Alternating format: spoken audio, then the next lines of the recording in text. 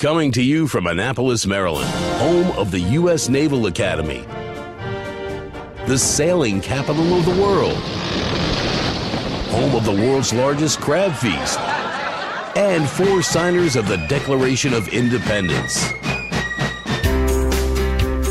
This is the Eye on Annapolis Daily News Brief, a daily roundup of local news that you can use, including local sports, local events, local opinion, and local weather from DMV Weather. Now here's your host, publisher of Eye on Annapolis, John Frenaye. Hello, this is John Frenaye, and it is, wait for it, Friday the 13th, so be careful out there. And this is the Eye on Annapolis Daily News Brief. Way back in January of 17, Anne Arundel County Police responded to the 100 block of Homeland Road in Pasadena for a fatal overdose. Detectives and the medical examiner determined that the victim had suffered through a fatal dose of fentanyl. Through investigation, police have now arrested Gabriel Del Val of Halethorpe for providing that fatal dose of fentanyl to the victim. He was taken into custody on October 11th. This is the first time that Anne Arundel County has actually gone after somebody, a dealer who has provided the drug in a fatal death. And he has been charged with involuntary manslaughter, distribution of a narcotic, possession with the intent to distribute a narcotic, possession of not marijuana, and reckless endangerment. And County Executive Steve Shue weighed in on that, and he said, "These charges demonstrate Anne Arundel County's commitment to making our jurisdiction a nightmare for drug dealers. I thank all our public safety professionals who have demonstrated through these charges we will punish to the fullest extent of the law those who peddle poison in our communities." And that was County Executive Steve Shue. This is the first time Anne Arundel County has done it. It's about the 4th time that's been happened in the state. It'll be interesting to follow this case to see where it leads out. But the message is clear. If you're dealing drugs, you're not welcome here. Yesterday on the Maryland Crabs podcast, we released a story about a local high school teacher that's wrapped up in the mob, sort of. Check it out. It's a really great story. But a story in the Capitol this morning is sort of reminiscent of the mob and involves trash trucks. Apparently, businesses in the downtown district are scrambling to find people to handle their trash. Most of them were dealing with a broker who the city has now found to be operating illegally. Trash companies would contract with this broker, who in turn would contract with the businesses. And last weekend, trash wasn't picked up because somebody didn't pay their bill and the city shut somebody down. So now it is a big mess. People are pointing fingers left and right, and businesses are scrambling to find somebody to pick up their trash. Now, this does not affect residential trash, which is a service provided by the city. This only involves commercial trash, which businesses are responsible for their own removal. Take a look at the article in the Capitol. It's called Prominent Waste Broker Out of Annapolis, and it reads sort of like a little bit of a strong-arm mafia article. It looks like Maryland is pulling out all the stops to lure Amazon into building their second headquarters here in the state. Top state officials are preparing to offer Amazon.com a massive historic tax incentive package if the retailer moves its second headquarters to Maryland. Already, the state has more than $50 million in tax incentives for 2 Amazon distribution centers in Baltimore and Cecil County, and then there's another package totaling $16.2 million is awaiting a deal that's for Baltimore County at the former Sparrows Point steel mill. Hogan spokesman Douglas Meyer said that Hogan had sanctioned the pie-in-the-sky tax break package as part of the ongoing push for HQ2, and the governor monitors the developing bids daily.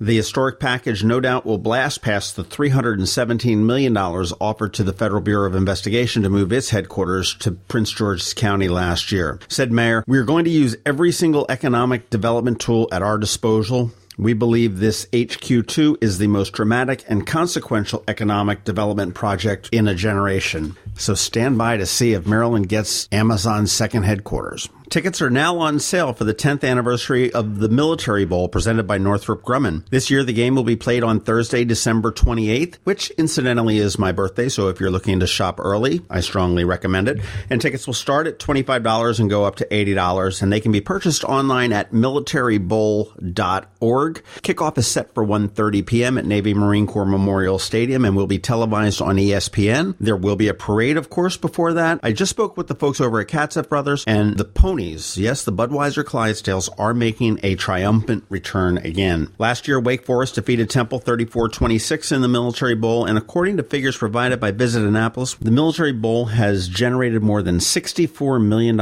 in direct economic impact to the immediate Annapolis area. And finally, next week, Zinburger, a burger and wine restaurant, an upscale burger and wine restaurant, is opening up its first Maryland location on October 17th at Arundel Mills. And we are heading up there this evening for a sneak preview, and we'll let you know what it's all about on Monday. This is Maryland. The weather can be nearly unpredictable. We've got George Young from DMV Weather in Annapolis to sort it all out. Hey everybody, this is George from DMV Weather. Here's your Annapolis forecast for today, Friday the 13th. Another cool, cloudy, damp day is already in motion across Annapolis and all of Anne Arundel County. Today with high temps once again only getting into the 63 to 68 degree range. We specifically posted a target high temp on our website last night of 65 degrees, again for both downtown Annapolis and BWI Airport, as clouds and moisture and a persistent flow of air from the east-northeast will help keep temps locked into the 60s again all day. As it stands right now, these cloudy and damp conditions might linger a little longer than originally expected, meaning drizzle and clouds may linger into Saturday, but regardless of that, temps will once again warm up into the 70s Saturday for Annapolis, followed by weather excellence on Sunday with sunshine and upper 70s to mid 80s to finish out the weekend. So be sure to keep the United States Powerboat Show in downtown Annapolis in mind this weekend, along with all of the various fall festivals and sporting events throughout Anne Arundel County before another front moves through early next week, and we see high temps drop down into the 60s Monday through at least Wednesday, while lows finally settle into the 40s and 50s each night, much like it should be for mid-October. Okay, that's it for us today. Be sure to download our free app by searching for DC MDVA Weather in your app store, and also be sure to follow us 24/7, 365 on our website at dmvweather.com or on social media via Twitter or Facebook. This is George Young of DMV Weather with your Annapolis forecast. Enjoy the weekend ahead, and remember, whatever the weather out there, have fun and be safe. The Eye on Annapolis Daily is possible in part because of the incredibly generous support of Rams Head on Stage. Rams Head, where every seat is less than 48 feet from the stage, brings more than 400 concerts a year to the area. To wet your whistle, check out some of these upcoming shows. Coming up this weekend, Peter Noon and Herman's Hermits on Friday and Saturday.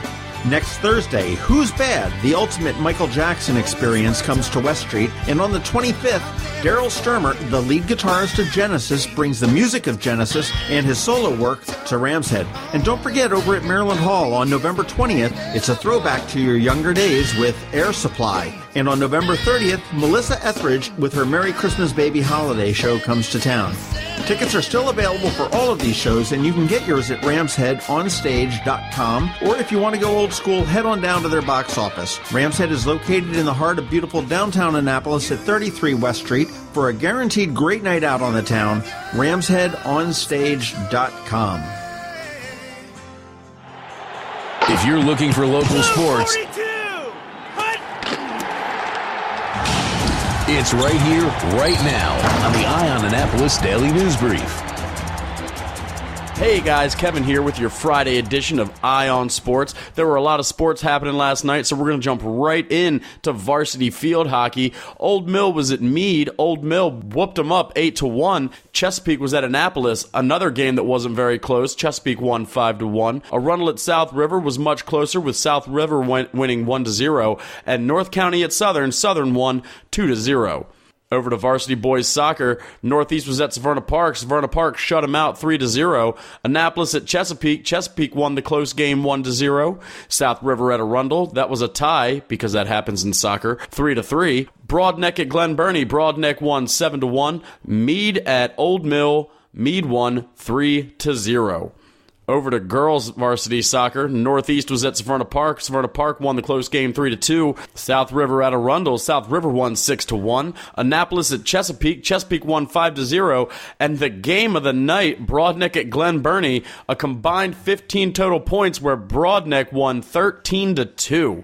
In NFL action, the Carolina Panthers fell to the Philadelphia Eagles 28-23. The Philadelphia Eagles are now 5-1 and own the best record in the NFC. And jumping over to MLB action, the final game of the division series of the Major League Baseball playoffs took place last night, with the World Series champion Chicago Cubs prevailing over the Washington Nationals 9-8 in a wild Game 5 in D.C. This marks the fourth time in 4 postseason appearances since moving to D.C. in 2005 that the Nationals come into the NLDS as the higher seed and leave first-round losers. That's all I got for you here. I'm Kevin Chaney. This has been your Eye on Sports. Need to make plans for the weekend? We got you covered. Here are our top picks. Be sure to visit eyeonannapolis.net to sign up for the events newsletter with a listing of all the upcoming area events. As usual, there's a lot going on. Tonight at Union Jack's, you've got Hot Tub Limo. Doors open at 7:30, and I think there's a $5 cover charge to get in there. Tomorrow, the Pumpkin Patch opens up at St. Martin's Lutheran Church at the corner of Spa and Hilltop at noon. Make sure you get your pumpkins and everything that you need to do there. Of course, you've got Homestead Gardens Fall Festival and the Maryland Sunrise Corn Maze. That's still going through the Halloween holiday. On Sunday, you've got an Hispanic Heritage Festival at the Gardner Center, which is on Old Forest Drive, and that goes from noon to 5. You'll have bands, you'll have food. Really sort of discover the Hispanic heritage, which is a good thing since our Hispanic population is booming here in Annapolis. Also on Sunday, the Annapolis Harvest Beer Festival from 2 to 6 p.m. It's a very limited festival. I believe they're only selling about 200 tickets, but it's at Chesapeake Brewing Company, which is right next door to the Lowe's on West Street. They're going to have a home brew cook-off. You'll have brews from Peabody Heights, Eastern Shore Brewing, Chesapeake Brewing, Dew Claw, Raven Brewing, and many, many more. $30 will get you in the door. Monday, of course, Sunday at noon, we have the mayoral debate sponsored by us as well as the Maryland Crabs, and we've got Mayor Mike Panelides and Gavin Buckley squaring off against each other. And what we're looking for is we're looking for questions from the audience. So this is your last chance to get some questions in. We're going to try to put them together today. So if you've got a question you want specifically to ask one of the candidates and make it specific to the candidate, shoot me an email at info@ionannapolis.net. And if you don't have tickets to the actual event, you will be able to catch it on live stream at the All Annapolis Facebook page or on YouTube a little bit later after the event is done. On Monday, what I'm looking forward to, also at Union Jack for $20, a tribute to Tom Petty put on by AM/FM. And AM/FM is the organization that helps out musicians when they need it. It's a nonprofit in town, so if a gig gets canceled, if a musician gets hurt and he can't play, this helps to replace some of their income. They also have scholarships to go to schools or to learn how to play an instrument. A lot of fun. And with the recent death of Tom Petty, the local musicians have come together, and right now there's about a dozen of them at about 7:30 at Union Jack's, and they're going to pay tribute to Tom Petty. That's what I've got for the weekend. Have fun and be safe. Thanks for listening to the Eye on Annapolis Daily News Brief. If you like what you heard, make sure to tell your friends and colleagues about it. And also tell them about our website, eyeonannapolis.net, where you can find much more. Be sure to check out our other weekly podcast, The Maryland Crabs. This podcast comes to you every Monday through Friday at noon. Thanks for listening, and we'll see you next time.